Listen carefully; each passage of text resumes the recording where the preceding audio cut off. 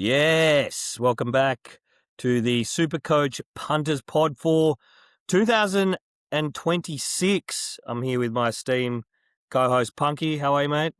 Good, mate. Well done. Got the intro done perfectly this time. Good start to the year. I'm impressed. You've been practicing. I have, and for our Keystone members, they'll recall that last year it took me about 4 episodes to get the name of the podcast right. So starting the new year off right. You are. And don't know whether to be excited for the new year or to kill myself because last year Yeah. was a bit of a debacle, and we'll go into our 2025 year. But yeah, really looking forward to redeeming myself this year.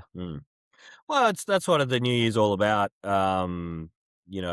Redemption, and I had a reasonable year. You just had a shocker, and it was I think from memory, and we'll talk about our fuck ups and our successes, but from memory, I think you got diddled with a lot of injuries and that sort of thing, which is just unavoidable, I guess.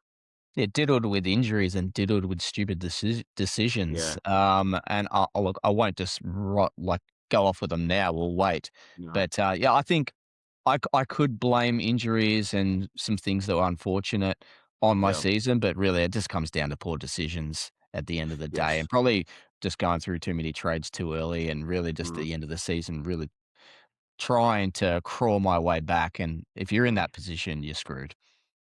Yeah, no, that's right. And look, once you start burning, it's very hard to stop. It's like crack cocaine. You just can't, get off it, and I don't know anything about that from experience, but No.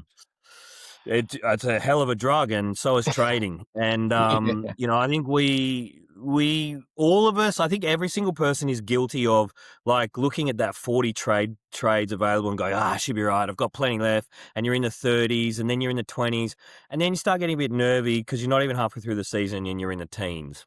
It's And too many trades. Well, that's what I don't like about it. I think we spoke about it last year. It's just, if you go back to the old days of Supercoach where you had like 20 trades, there was a lockout on the Thursday night or a Friday. it's And brutal. mate, it was brutal, but at least Yeah. it separated the elites from the spastics.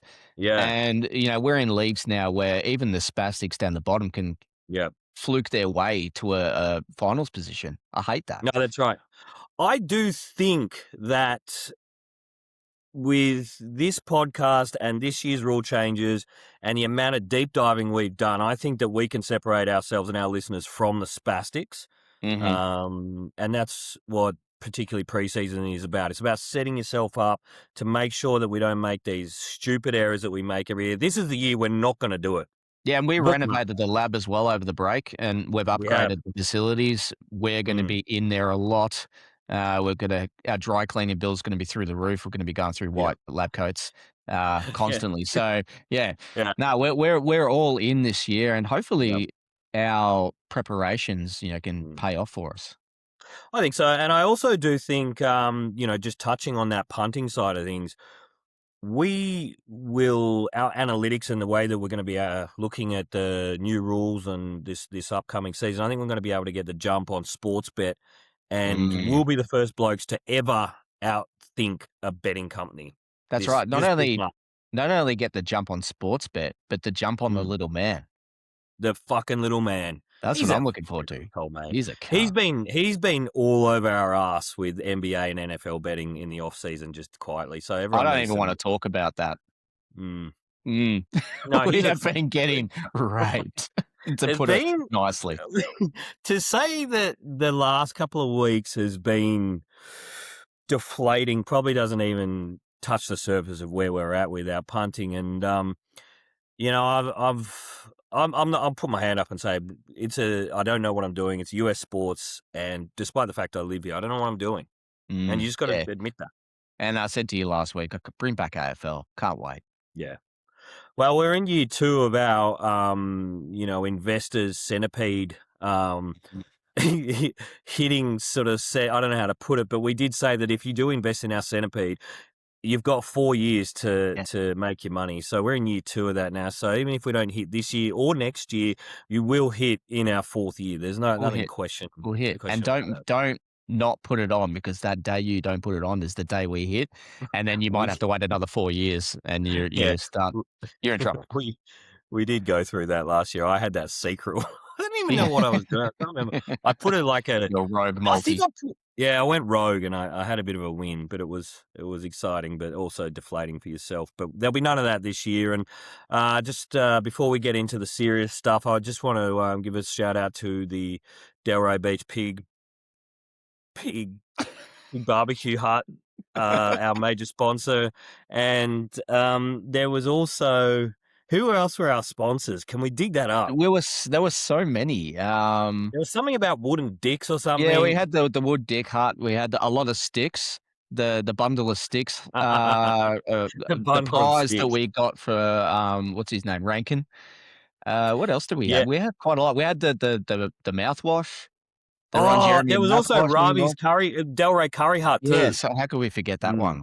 Yeah, No, I Ravi's. don't know. Oh, the curry house And that he named the curry house. no, that's right. And then what's exciting, I think, this year is we're a little bit more prepared. We're going to be releasing YouTube clips, and as you can see, I've got my Swannies top on here. Mm. Very excited about it. And they're a major sponsor of the podcast as well as Sydney Swans and QBE Insurance. So thank you to them. Shout out. We will be winning the flag this year, Sydney. By the way, just dropping that in. I'm putting my mark out now. I normally play it You down. sent me some of your notes for the Mm. SuperCoach this year, and it's just Yeah. riddled with shit about Sydney. Like, Mate. this person's a must, and Sydney are going to win the flag. I'm like, here we go again. Yeah, but I actually think that these guys that I identified and we will discuss later on are a must. Yeah, And but for those of you who are dedicated listeners, I've done a huge U-turn on one of the blokes that I completely hate and have condemned to the annals of history as a complete prick. But I've done a U-turn on him. So Is we'll it get Shai into that. Bolton? No, he's never No. again. Fucking asshole is never again. How Bolton do we get bros. stuck? That Bolton bros. We don't have If to go you- back into that because I think we blamed each other for it. Yeah. It was a contentious we issue. did. Mm. I think a lot of blame and a Yeah. lot of reflection of no one taking responsibility on that either. Like it was No, I refused to. no good. But look, that's a pretty healthy intro there. And I think that we'll get into. I want to start off with the fuck ups and successes from last year, and I'll kick us off. And the obvious ones are trades burning too early. That's a real obvious one. I think everyone knows that. But it's more about, for me personally, my biggest fuck up was punting on speculative players like Bolton off the back of like one game and thinking that, he's got 150 and he's going to generate 150K of cash. Don't do that. It doesn't work. They never pan out. And there's a reason why it's a spike 150, and it's because they're just not that good. And to put the faith in players that just hit that, that big 200 or whatever, do not get sucked into that. So that's one. Rule number one, don't chase points. Don't chase points. Do not chase points. I did it. I failed. And before I throw it over to you, my other one that really, and I found this out through just like looking back at my teams and my team from last year and also previous years and thinking I was doing the right thing, but don't, and it sounds dumb, but do not buy at the peak of someone's value, because if you look at guys like Bontempelli, Butters, Grundy, all these guys gone who were, magnificent throughout the year, but every single one of them and every single year they will have a dip and they will get into the 500. So all this bullshit about, he's never coming down, he's going to stay in the, high sixes, that's bullshit. They will always come down. And if they don't chase them, because they'll destroy your team.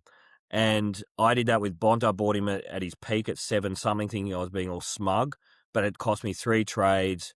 I missed out on upgrading elsewhere. So always know that those premiums at some point will come down.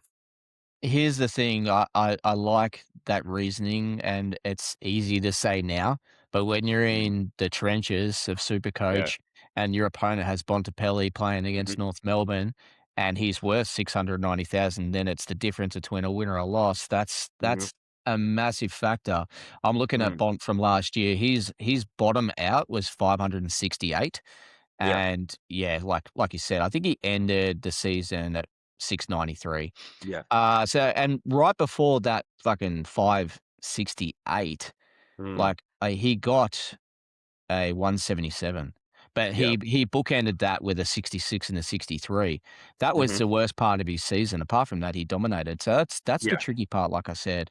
Um, for me, yes, no chasing points because, like you said, they might hit 1. You might get Mhm. 1 out of 5, but those other Yeah. 4 that fuck you throughout the year, and then you're stuck with them. Not only are Like, they, and they can uh, turn into 3 or 4 trades trying to correct it. that's what I was about to say. Not only are Mm. they gonna hurt you on the scoreboard, they're hurting you with trades. Trades are were Mm. so much more than that.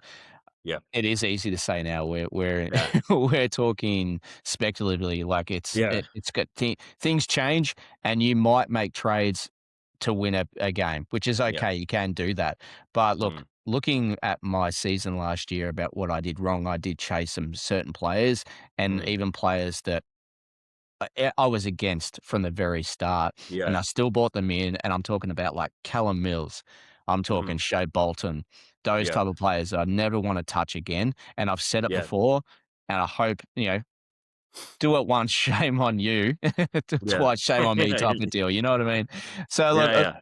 as far as my fuck ups from last year, yeah, I Mm. regret Mills, I regret De Koning, and I think everyone was in the same boat with De Koning. He's Mhm. gonna be another never again. And there was Bolton. Apart from that, like, I did chase some players, and Yeah. there were a couple of players that came in and out. That's another thing Mm. as well to try and avoid, booting a player, Yeah. then bringing them back in just because they started to come Yeah. good again. There's a reason why Yeah. you booted them in the first place. The prime one for that was Callahan. Yeah, Um, Callahan and De Koning.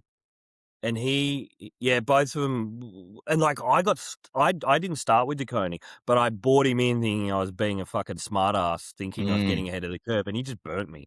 yeah. Um, and, I think Callahan probably worked out for people who did bring him back in, but, um, one, as you said, it only works every now and then, and, again, if you look at it from a pure trades perspective, you can end up wasting 3 to 4 trades just trying to correct that one guy who's dangled the carrot of being a quality player, and then he just remains a headache for your entire season. And if you have Mm, 2 or 3 of those guys, you're fucked. yeah. And that's the thing, mid-price madness, like, are you Yeah. chasing the mid-price to really sort of set your team a little bit Mm, further ahead than other people, or mm, do you just go the pure guns and rookies strategy yeah, this year, which I think might be the way to go, but yeah, we'll get into that, how it's gonna be different this year because there's plenty of rule changes yeah, that are gonna affect certain players. yeah. I think that's, I mean, there's so many more fuck ups and, that we can talk about. But let's talk about some of the successes that you felt like things that you did that worked really well for you last year, that you can maybe lean on for this year. Oh my god.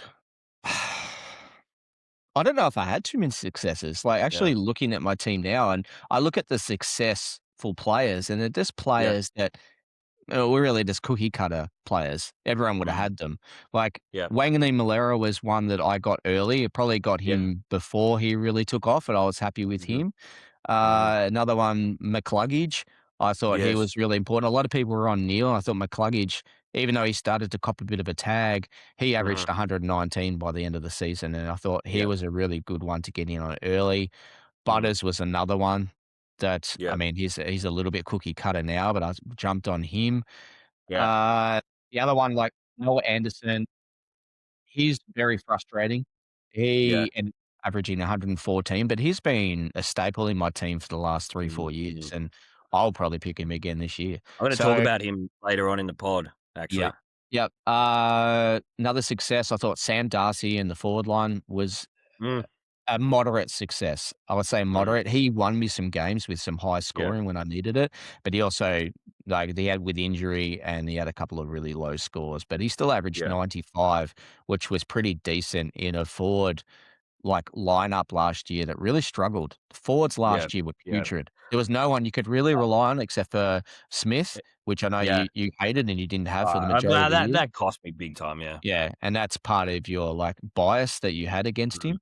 But apart from That's a that, like, I should have said that in fuck ups. Just hating players because you hate them. 'Em, don't do it. I paid. yeah, That's right. That's right. So you really got to avoid that. Take that personal feeling or bias Mm, against a mm, player, put it aside. Think about the team. Don't think it with your heart. Think with your head. So yeah. apart from that, look, like I said, not a lot of success. How about yourself? Mm. Yeah, look, again, I think my year was all right. The successes for me, I started well with I identified all the good rookies. I seem to like, I reckon I had 90% of the good rookies, and that gave me a really good start.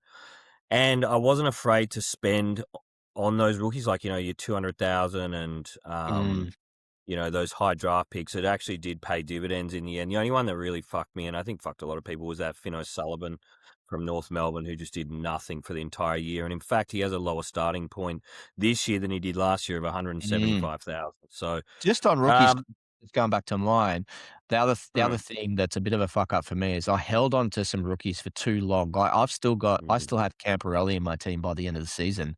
Think he was gonna make it back into the team, Yeah, and he never made it back. I held on to him for too long, and yeah, he was only worth 136,000. His break even was low, but I wasn't gaining anything by keeping him, yeah, and it yeah. pressure on my midfield because I didn't have there were times throughout the year where I had 3 rookies on the Mm, bench that weren't mm, playing.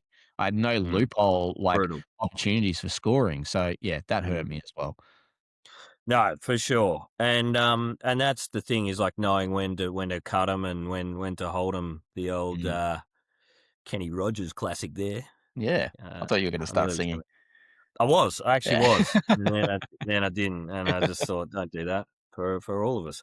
Um, for me, I had some really good look, so one of the best things I did was get back on Angus Sheldrick in the middle of the season. You love So Shelby.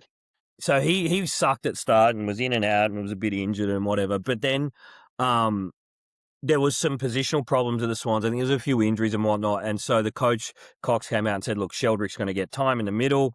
And so everyone had been burnt by him, but I said, "No, no, I reckon if he's gonna get the coach's blessing, he's gonna get time in the middle, he's gonna get midfield time, he will be good." And he's still actually there in my final team. I'm just looking at it here, and he went up to 410,000 after I re-picked him up at 160. So he was actually my mid-eight, which is not what you want, and I ran out of trades. So, but he was good. George Hewer was a really good pod. Ed Mm. Richards was a great pod for me, Yep. who I'm interested in this year. Lockie Ash and Whitfield, the double was excellent too. Yeah, it Connor was. Rosier Yeah. took a punt on him to get him in, and he was great. Yeah, yeah, okay, Um, on Rosie, yeah, he had his moments, didn't he? mm, I yeah, don't feel I think great is the wrong word. I thought he was frustrating because he ended up the season averaging 105. He's only worth 497 by the end. yeah. He has injuries, and Yeah, he just has games where he he disappears. does. I'm looking. He is quite inconsistent. I'm just looking through his scores here, but I suppose as a back, you probably take that. Yeah. Um, Yeah, he was dual position, so it was one of those yeah. players you sorta had to have. Mm, mm. And I think you and I both did Jack Sinclair at the start of the year when not many people did, and I think that worked well. Yeah, he had a good year. Bringing in Grundy before he exploded, Oh, and Grundy, yeah, um, huge. yeah, but there were some disasters in there. I mean, I'm looking at Shy Bolton sitting there Mhm. at 363,000. You're a piece of shit. And it's a slap in the face. He's got 113 in his last game. Like, fuck off, No. man. The fact that I'm looking at my old side and he's still Yeah, sitting there and I didn't manage to boot him by the end because I couldn't because I was just so low yeah. on trades, No, you that just is run out. oh, Well, that I'm oh, looking at my bench, and it is diabolical. I've got Leek yeah. Nguyen, some bloke from Vietnam, Zach Johnson, Huswaite, who was punted halfway through the year. Someone Rome Steele from the Pies, Yes. uh, fucking someone Gray, Connor Gray, Campbell Gray who got injured halfway through the year, and Cooper Simpson, who did nothing as well. So, it ended in a real pile of shit there, Yeah. if I'm gonna be frank. Mhm. So, you know, I think a lot of that is just all down to one, as we pointed out earlier, is just shit, you know, shit trading But ultimately. you gotta remember, it's that's impossible to avoid. You are gonna Mm, have some shit calls. It's about yeah. minimizing them, Mm, and like we're saying, minimizing those trades on emotion. Yep. and thinking about it strategically. And that's Yep. what you're going to get by listening to the pod. You're going to be able to hear these That's strategic right. moves and you'll be able to make those informed decisions. Mm. Oh, 100%. And, because we're in the lab so often, Mm. um, far more so than last year, because we only got in the lab probably 3/4 of the way through the year last year. We're in the lab Yeah. now. We're Yeah. in the lab. Father Christmas has just left. Yeah. We're in the lab. So we're gonna be making some good calls. So I just thought I've done a bit of a dumpster dive there on some of the. I was gonna. I was next up. I was gonna talk about my team that I've put together already, but I think maybe I want to talk about the rule changes and how they might affect Supercoach, and I think there's going to be some drastic effects from this. And the first one, and it's not a huge one in terms of who you pick, but I think it's safe to say, thank fuck the sub rule is gone. Yeah. I'm usually really against rule changes. Mm-hmm. But this is a rule change that was a rule change and they've gone Mm, back. And I love mm. this rule change. This is my favorite. Yeah, same. Again, it's like there's nothing worse and it just ruins your betting slip or Yeah. you're in a close game or your cash gen, and when you either see your rookie line up with the vest on Yeah. before the bounce, or you see him run off halfway through the third quarter and putting that vest on. It's just infuriating. Yeah, I can feel that pain now. Mm. That pain of seeing that sub vest and knowing that your bet's dead. It's just Yeah. horrible. It is. But that's a good one. Now, one of the other ones that is absolutely worth talking about is the last touch rule Mm. in between the arcs, Yeah. and that is a massive rule because the biggest thing is Because is going to be less stoppages. yeah. Because for those that you don't know, that's a real George Costanza reference from when the house is burning down and he's pushed everyone out. And he's like, "Why did you push everyone out?" And he's like, "Because, Because because if we bleed." I can't remember what he says, but that's basically his crux of it. sorry, I've lost the train of Because, thought. sorry, mate. Yeah, I was just saying. So, hang on. So, in between the arcs, last touch, free kick, way less stoppages, way less. Yeah, I don't like it. Yeah, I don't not, but I don't. I'm jury's out for me. I'm not sure.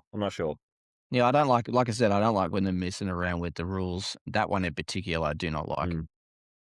Yeah, Yeah. but so I think it actually changes the fabric of the game a little bit, to be honest. Mm. Mm. Like it's very, very dramatic. Um, so we'll see what happens. But I think in terms of, so there's that.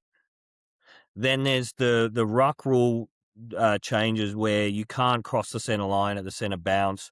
So you can't have ruckmen who just want to wrestle. That takes them out of it, really. So ruckmen have to leap again, which I really like. But also, when they ball it up, there's no ruck nomination anymore, Mm. and the umpire doesn't have to wait for the nominated ruck to roll in. Yeah. So There's no these center bounce all either. They're throwing the ball no, up. it's a ball up. Mm. Yeah.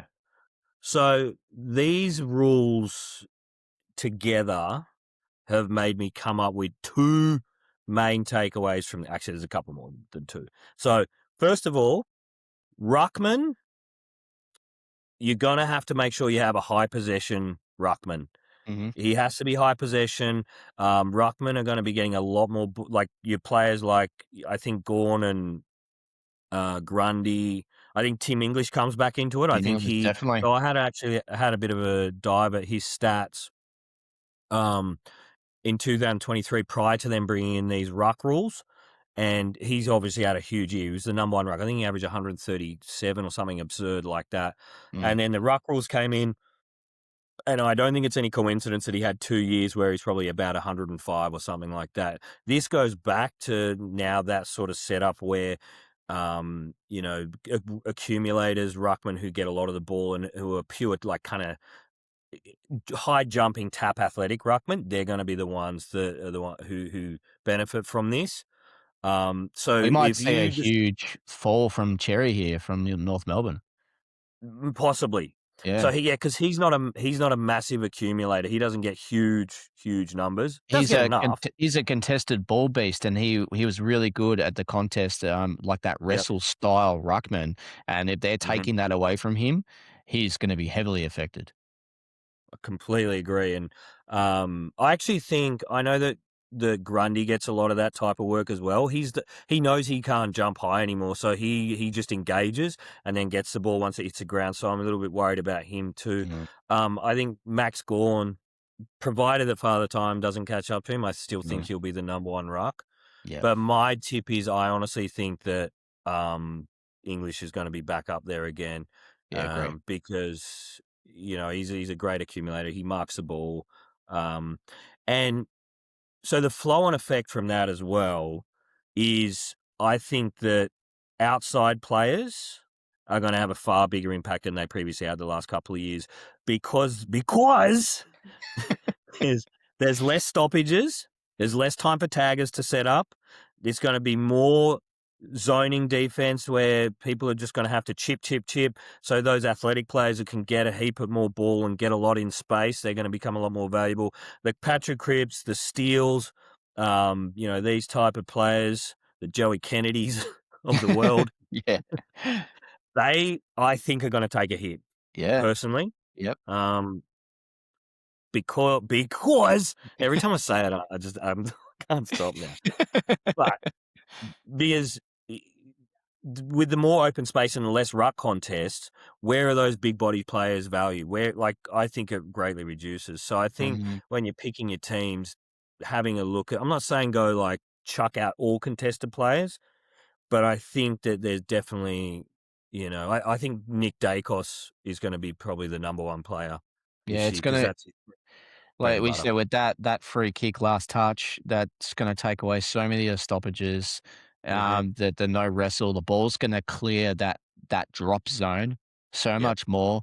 I For me, I'm avoiding definitely players like, Tom Green and that, hmm like, he's out. Uh Yep.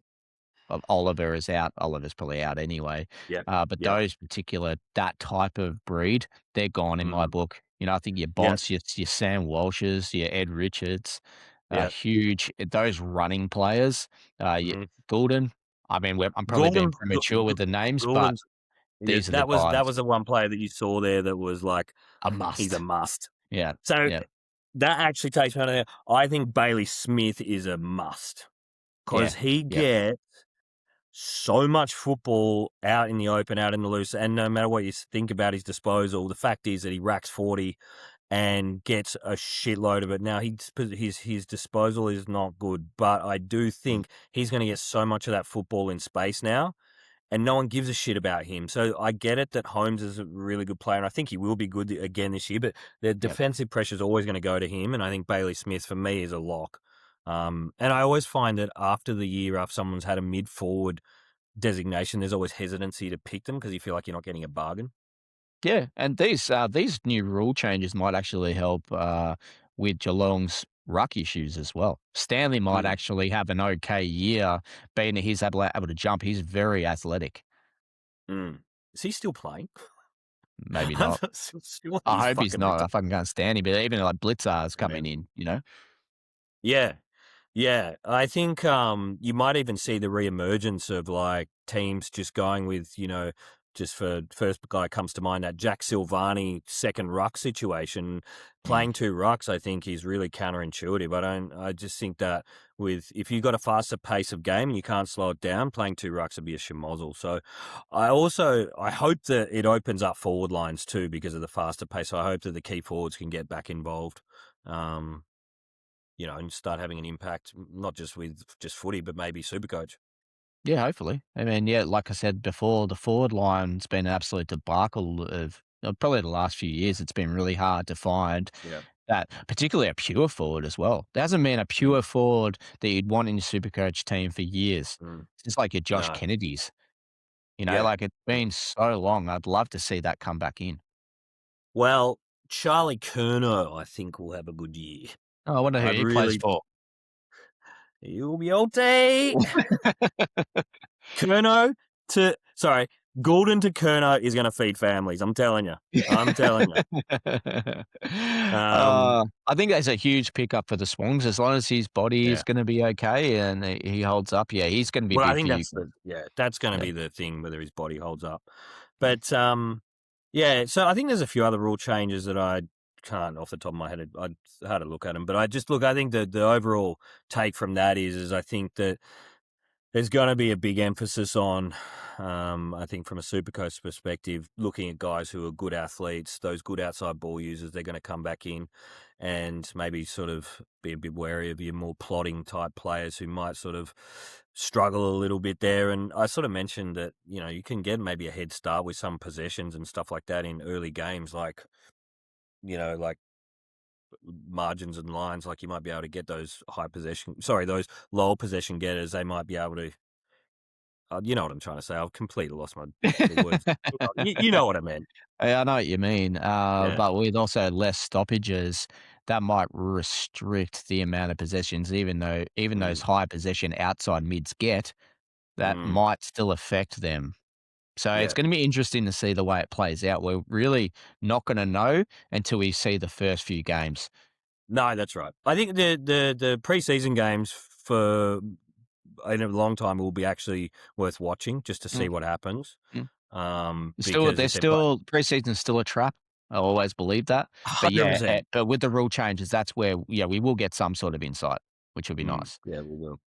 Now, we will talk more about the rule changes and the potential for different selections to be made. But I know this is the moment that everyone's been waiting for, and this is the first draft of my team.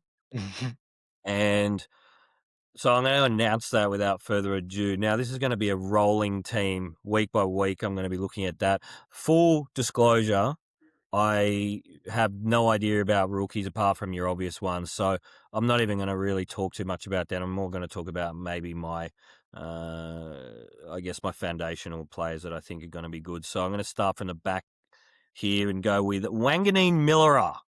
If Mm. you don't pick him, log out. Yeah, he's Uh, number 1 pick in the back line for he should be everyone's team. absolutely. Uh, Colby McKercher Okay, yep, is for me. I think he just gets probably way too much football for a guy playing in a pretty ordinary team. So I think even if North improve a little bit, he's going to be pretty good. And then I've gone at this stage with 4 backs of rookie price. Sort of, left myself 178, 168,000 sort of players there. So very thin in the backline start. Now, I've got too excited here, I think, in the midfield. I've got Zach Butters, Nick Dacos, Errol Goulden, Will Ashcroft, who I love this year, mhm. Tanner Bruin, old sore fingers Bruin. Smelly What happened fingers there? brewing. What happened there, mate? Why didn't you play for that whole year? Sore, sore finger, was it, mate? Uh, Hope you don't run into any more legal problems there, Chief. Then I've got the number 1 pick, Dersma there, and Hewland, number 2. Jagger Smith. I've picked this Cootie just for the name. He's a Swans rookie, probably won't even play, so he'll be punted out pretty shortly. Now, I've gone with Timothy English as promised, Maximum Gorn, Mhm. Set and forget. set and forget. Then I've got Harry Sheasel. I think, again, if you don't pick him, you might as well log out.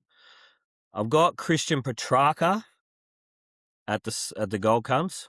Yep, Sam Flanders, again, if you don't pick him, I think you need to log out. yep. Got Charlie Curnow at this stage. What else you do? I don't know if that's going to stay. I got excited. Logan McDonald, who I do actually think is worth having in there at 200,000, because he's going to play every game and he'll be all right. Zane Dersma, the North Melbourne former number 2 pick, I think, who's Mhm. terrible. But I think he might end up being okay. I've got Maxi King. Hopefully he plays. Maxi King won 50,000. Todd Marshall at 147. And then this one again is very speculative, but I've got a feeling Bailey Humphrey could be a decent forward there at 443,000. Okay, So those are the I only have a couple of things to say. okay. Petrarca, not really a fan of that. Only he's going Mhm. into a Gold Coast team that is just star-studded midfield, and he Yeah, may get pushed forward an yeah, awful lot. And yes. being that those contested ball beast guys are going to be Mhm. affected this year, not a huge fan Yeah. of that.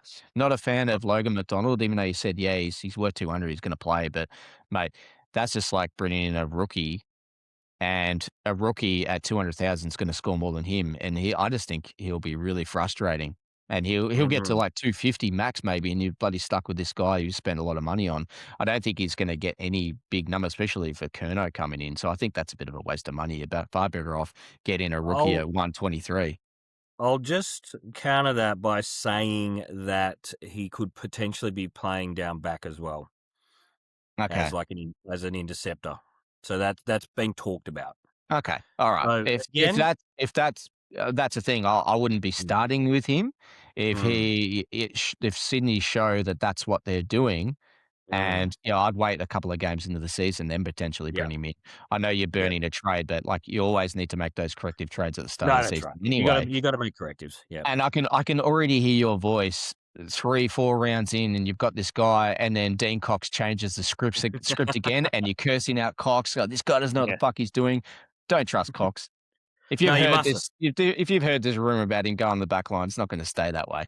Yeah. Did you see Dean Cox pissed up at the cricket? No, I did not. Fucking brilliant. Yeah. Absolutely blind. Like, they zoomed in on him, like, the shirt unbuttoned to here with the tie out here somewhere, holding onto the rail with a schooner in one hand, just going, "Ah!" It was brilliant. Laughing with some 80-year-old woman who was obviously telling him some story, and it was just a fucking car crash. Brilliant. I wish I'd seen it. I have to find it. Yeah.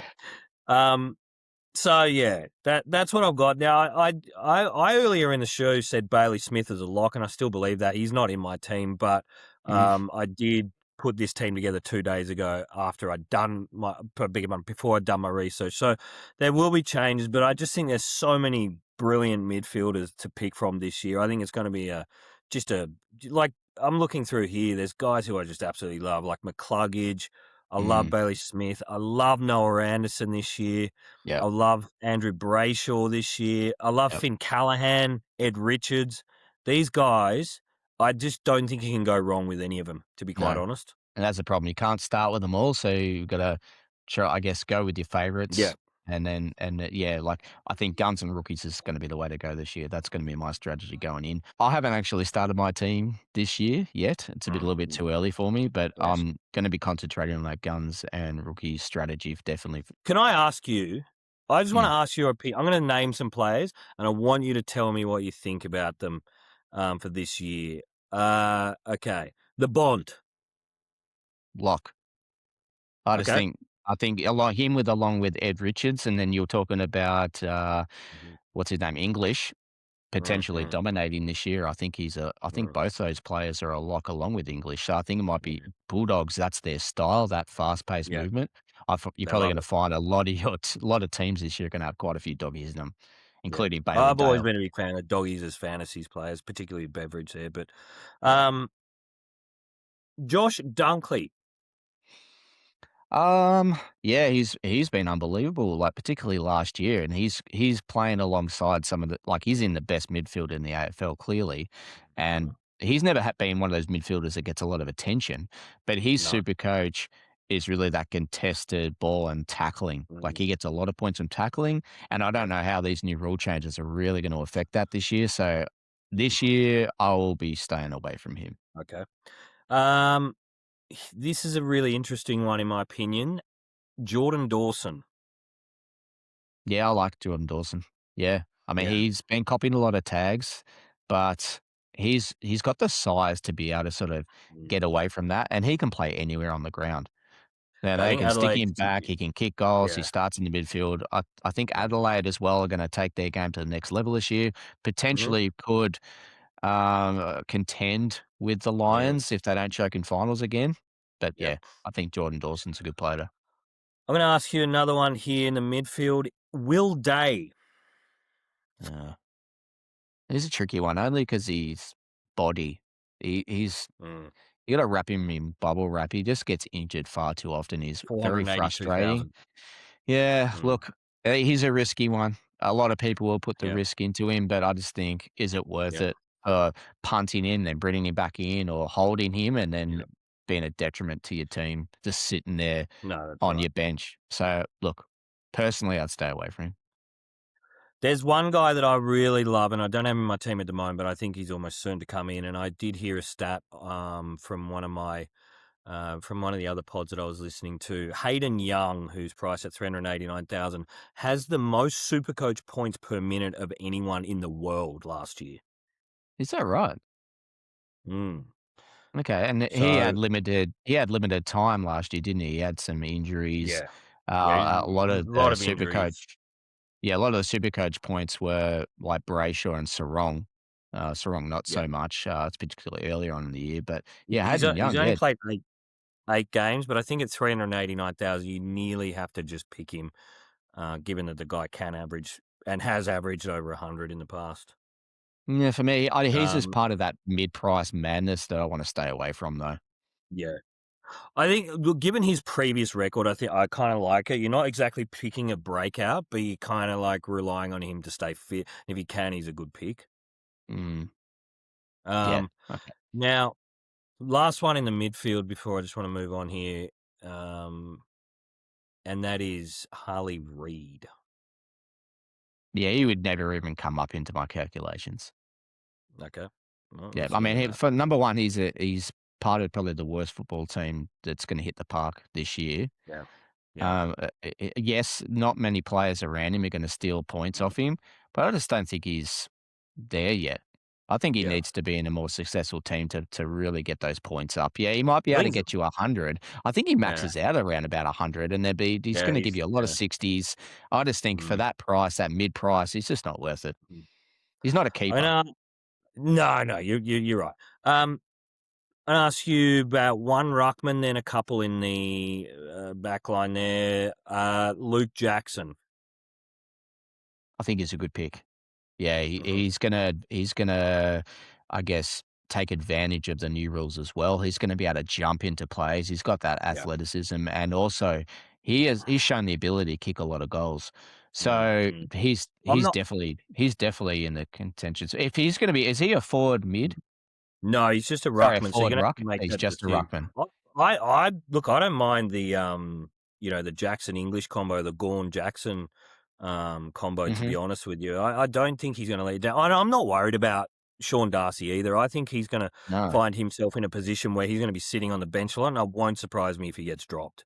no, he has to.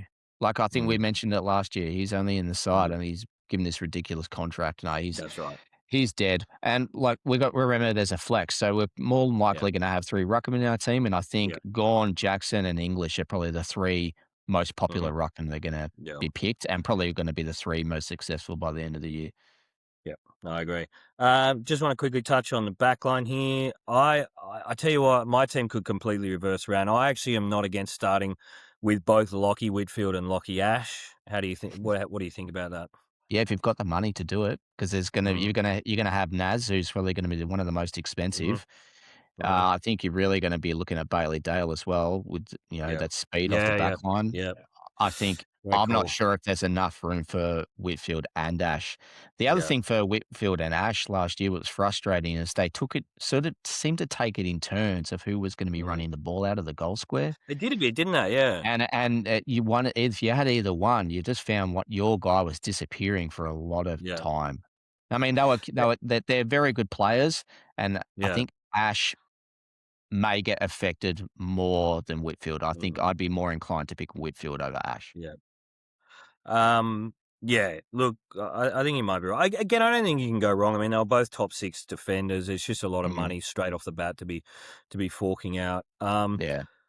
I think, yeah. Look, there's going to be in our next pod. I suspect we'll be able to come to you with a few more names, but I think That's probably we want to talk about next week breakouts and avoids in players. We probably had that slated for this week, but I reckon we've done enough. We've done enough damage today, mate.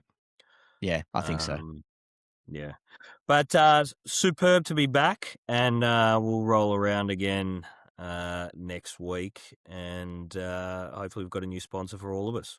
Yeah, that'd be good. I'll also get my team together. I'm sure yours Yeah, will be dramatically different next time we very speak. different. And we'll Yeah, also post our teams on the page. It'd be good to actually have a bit of a reference yeah, point to see how much they change from now yeah, until the start of the season.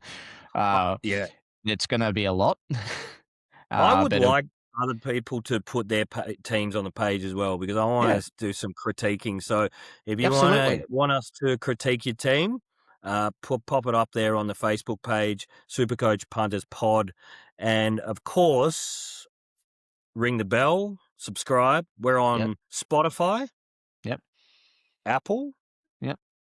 and all those bloody All those. things. Yeah, pretty much they're the only two you really care about. Yeah, The other thing is too, feel free to critique our teams as well because yeah, rip we're them to not bits. immune to it. So we're Yeah, more than happy to hear some advice from you if you think we've gone wrong, mm, and we'll more than likely bag you out on the pod yeah. publicly, which is Shout out fine. to Yin Foster, Yin Foster, Foster, yes, if you're listening, I'm sure and he Thomas is. Achilles. Yeah, that's For right.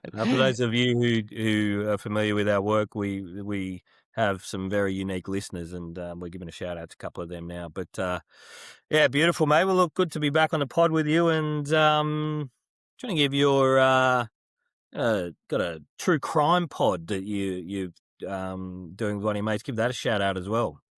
Yeah, if you are into true crime, go ahead to Spotify or Apple and look up True Crime Tradies.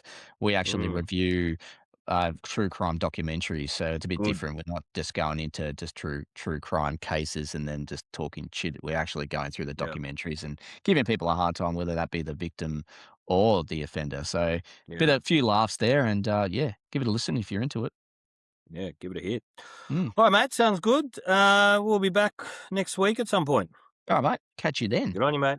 Cheers, mate. Bye.